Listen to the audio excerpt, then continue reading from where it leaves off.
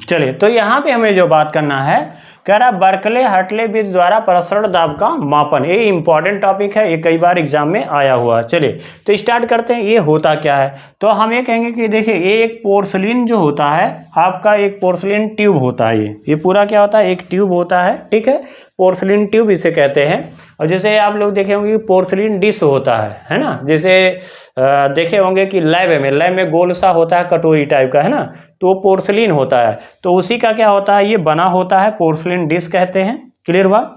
और इसमें देख रहे हैं जो ब्लैक लाइन है, शेडेड है ना, इसको बोलते हैं अर्धपारगम झिल्ली। तो अर्धपारगम झिल्ली जो होता है वो कॉपर फेरोसाइनाइड का बना होता है। अब बात करते हैं कि यहाँ पर भाई अर्धपारगम झिल्ली होता क्या है।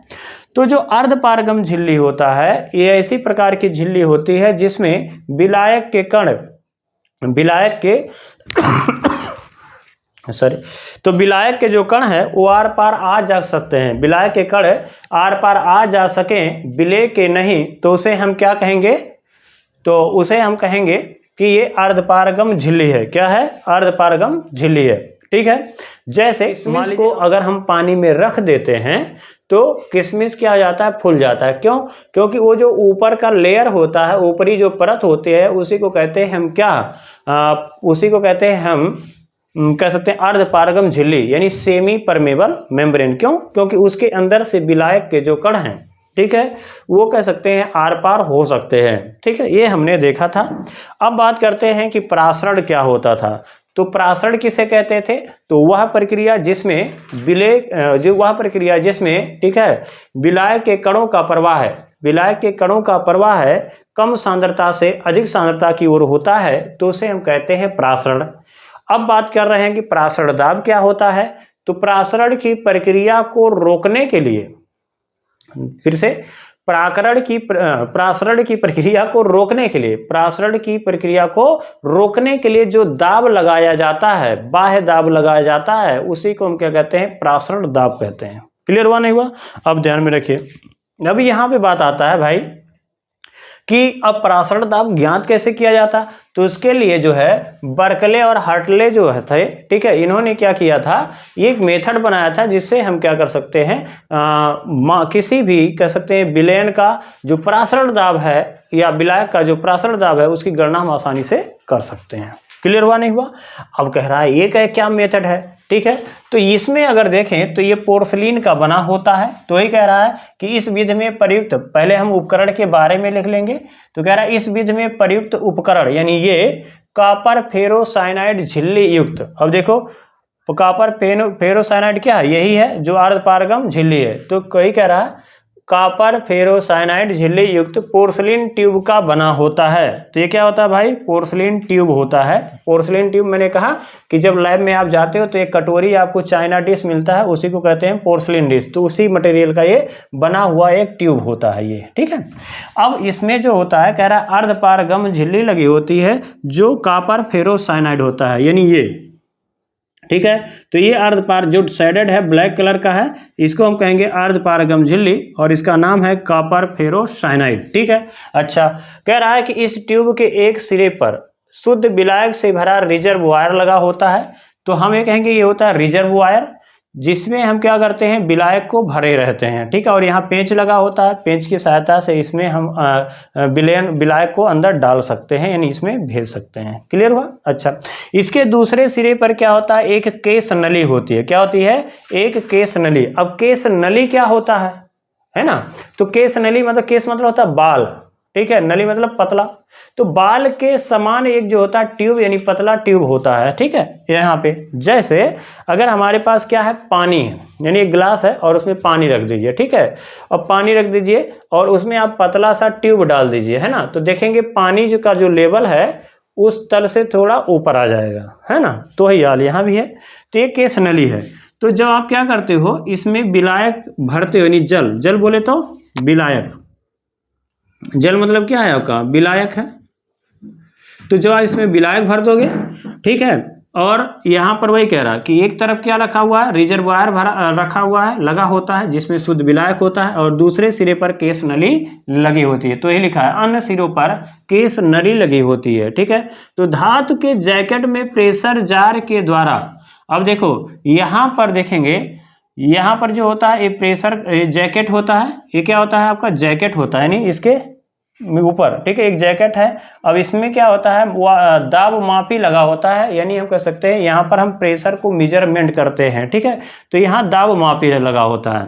अब यहाँ पर क्या होता है, बाह्य दाब लगाने के लिए, ठीक है, ये वाला जो है ये पिस्टन है, क्या है भाई, पिस्टन है, ठीक है। अच्छा, अब क्या किया जाता है, तो हम क्या करते हैं कि जब रिजर्वायर की सहायता से इसमें विलायक, ठीक है, और इसमें जो होता है हम विलयन भर देते हैं, यानी देखिए ये है आपका अर्धपारगम झिल्ली, ये भी क्या है आपका अर्धपारगम झिल्ली, ठीक है। तो इसमें क्या होता है, चारों तरफ से क्या होता है, विलयन हो, ये गोल होता है, ऐसे गोल सा होता है, तो ये चारों तरफ क्या होता है, विलयन भरा होता है, और बीच वाला जो सिलेंडर होता है उसमें हम जल भरे होते हैं, क्या, जल यानी विलायक भरे होते हैं, ठीक है। अब ये जो सिलेंडर टाइप का आपको दिखेगा है ना, अब इसमें क्या होता है, तो ये विलायक होता है।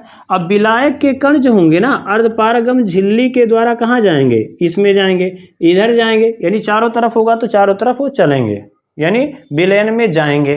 तो क्या होगा शुरुआत में, तो हम कहेंगे कि विलयन का जो तल होगा, जैसे मान लीजिए केसनली है, तो केसनली का जो मान लीजिए विलायक जब भरे थे, विलायक जब आप भरे थे, ठीक है, अब उसका जो लेवल है, तल है, वो तो यहाँ आ गया सतह। जब आपने इसमें विलयन भरा तो विलायक के कण कहाँ जाने लगेंगे, विलयन में। तो जब विलयन में जाने लगेंगे तो जल का मान क्या होगा, अब कम हो जाएगा, तो ये लेवल धीरे धीरे कहाँ आ जाएगा, मान लो यहाँ आ गया, क्या आ गया, यहाँ। तो हम कहेंगे इसका मतलब परासरण हो गया, यानी विलायक के जो कण है वो कहाँ चले गए भाई, विलयन में चले गए, तो हम कहेंगे इनका क्या हो गया भाई, परासरण हो गया। अच्छा, अब कह रहा है इसको हमें रोकना है, यानी हमें दाब लगाना है, तो क्या करोगे, यहां लगा दिए हो पिस्टन, तो पिस्टन से जब आप दाब डालोगे किस पे, विलयन पर, ठीक है। तो जब पिस्टन से विलयन पर दाब डालोगे तो क्या होगा कि विलयन में जो विलायक के कण आए रहे होंगे या जल के अणु आए रहे होंगे, अब वो धीरे धीरे कहाँ चलने लगेंगे, तो इसमें फिर वापस आ जाएंगे, यानी जो विलायक के कण होंगे वो वापस आ जाएंगे, जिससे इसका लेवल धीरे धीरे बढ़ने लगेगा, और जैसे ही यहाँ स्थिर हो जाता है, यानी पहले जैसा हो जाता है, जैसे पहले यहाँ था तो अब जैसे ही यहाँ आ जाएगा, तो हम क्या करेंगे, बाह्य दाब लगाना बंद कर देंगे और दाब मापी से हम उसका रीडिंग नोट कर लेंगे, ठीक है। और जब रीडिंग नोट कर लेंगे तो यही जो रीडिंग आता है उसी को हम कहते हैं प्रासरण दाब, क्या कहेंगे हम, प्रासरण दाब। क्लियर हुआ नहीं हुआ, तो वही लिखा हुआ है कि जब पोर्सलिन ट्यूब को शुद्ध विलायक, ये हो गया शुद्ध विलायक, तथा धातु के जैकेट को, ये जैकेट होता है चारों तरफ, ठीक है,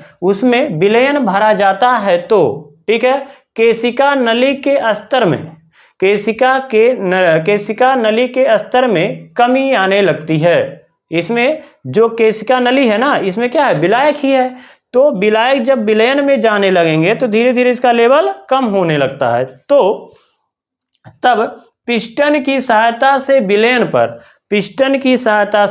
विलयन पर बाह्य दाब लगाया जाता है, क्या लगाएंगे, बाह्य दाब लगाया जाता है, जिससे केशिका नली का स्तर स्थिर हो जाता है, पहले धीरे धीरे बढ़ेगा और फिर जाकर के यहाँ रुक जाएगा, यानी स्थिर हो जाता है, ठीक है। तो वही कह रहा है स्थिर हो जाता है, प्रेशर गाज की सहायता से रीडिंग को नोट कर लिया जाता है। जब ये पहले जैसा हो जाएगा यानी स्थिर हो जाएगा तो उसके रीडिंग को हम क्या करेंगे, यहाँ से माप लेंगे, पता कर लेंगे, और वही विलयन का क्या हो जाएगा भाई, प्रासरण दाब हो जाएगा, वही विलयन का क्या हो जाएगा, प्रासरण दाब हो जाएगा। तो यही था आपका बर्कले हर्टले विधि द्वारा प्रासरण दाब का मापन। तो ये बहुत ही इंपॉर्टेंट है, ये क्वेश्चन से आपका आता ही आता है, ठीक है। अगर प्रासरण दाब से क्वेश्चन आते हैं तो इसको पूछे जाने की जो संभावना है वो बहुत प्रबल है, तो हो सकता है एग्जाम में आए, मतलब आएगा जरूर, ठीक है, ये बात ध्यान में रखेंगे, तो इसको जरूर एक बार तैयार कर लेंगे। चलिए, तो आप इसका स्क्रीनशॉट ले लीजिएगा और बेहतरीन तरीके से लिख लीजिए। आपको देखिए, आपको कोचिंग करने की कोई ज़रूरत नहीं है, अगर आप डेली मेरे वीडियो को आप देखते हैं और नोट बनाते जाते हैं तो आपको एक बेहतरीन नोट्स, फुल एनसीईआरटी का नोट्स मिलेगा, ठीक है। और कुछ क्वेश्चन जो साइड के भी आते हैं, ठीक है, मिसलेनियस टाइप के जो क्वेश्चन आते हैं उसको भी हम लोग सॉल्व करेंगे, ठीक है। और साथ साथ नीट और जेईई के भी क्वेश्चन को हम सॉल्व करेंगे ताकि आपको आइडिया पूरा पता चल जाए कि एनसीईआरटी में दिया क्या गया है, ठीक है। चलिए, हो गया ये, स्क्रीनशॉट ले लिए। चलिए आगे देखते हैं।